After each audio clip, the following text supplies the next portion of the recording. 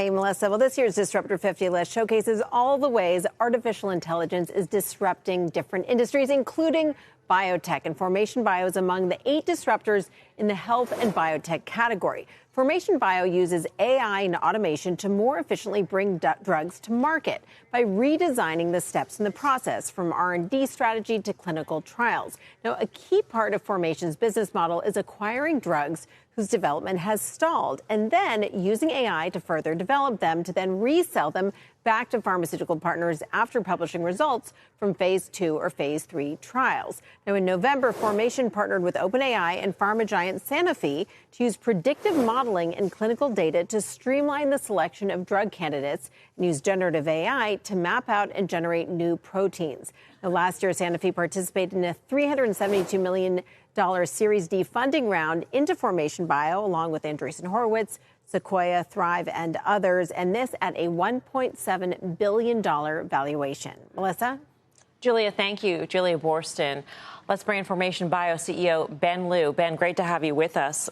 We were talking a little bit about the business model of your company. It's really fascinating. How do you use AI to streamline that process? Can you sort of give us this is the way it's done in the old-fashioned way, this is the way it's done at Formation Bio? Definitely. Thanks so much for having me. You know, Formation Bio, as you mentioned, is an AI-native pharma company. And our kind of thesis is that as drug discovery gets more and more efficient, especially with AI, our industry can't develop everything it discovers. And so as a company, we built all the technology, people, processes, and AI systems to focus on clinical trials and drug development. We actually don't do any discovery. We acquire drugs already discovered and run it through our trial engine. Short-term, sell back to pharma, but medium-term, co-commercialize, and at some point kind of go end-to-end. We're seeing these AI systems now do the work of entire teams. So maybe kind of give you a tangible example. You know, clinical trials cost a few $100 million, but a lot of that is actually a good amount of knowledge work. So writing protocols, regulatory submissions, biostats. We launched an AI system called Muse. It used to take our teams 2 months to put together a patient recruitment campaign. PhDs, clinicians, researching the disease area, segmenting the populations, and putting together all the IRB-approved, protocols, brochures, advertisements. And now it's really a few minutes with an AI system and a human in the loop, recapitulate that entire work. You think about if you have a new obesity drug, one of the key questions is, where's the white space now that GLP-1s exist?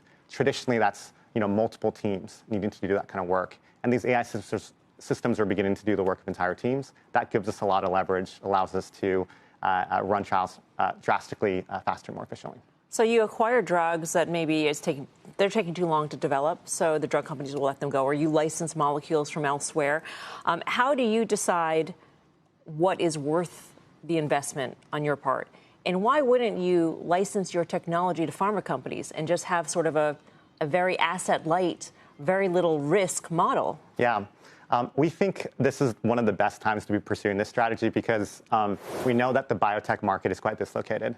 But ironically, it's one of the most productive discovery periods. So there's been a 2x increase in discovered drugs in the past 10 years. The number of approved drugs has kept costing at around 60 because drug development clinical trials cost so much. In some ways, discovered drugs aren't worth much. They're worth a lot post-phase 2, and that's where the jump kind of happens, right? And so, how do we think about drug picking? It starts with the best humans today. So we brought on Michael Dolston, who is the ex-CSO president R&D at Pfizer, because his phase 2 success picking rate was really great. We have folks, who were former GP of biotech VC funds, analysts, PhDs, and they're making the human drug picking decisions. But as they're making it, we ask them to articulate why they like a drug and don't like a drug. Right. And we're actually training an AI model based off of the human kind of chain of thought in the long run. No, go ahead.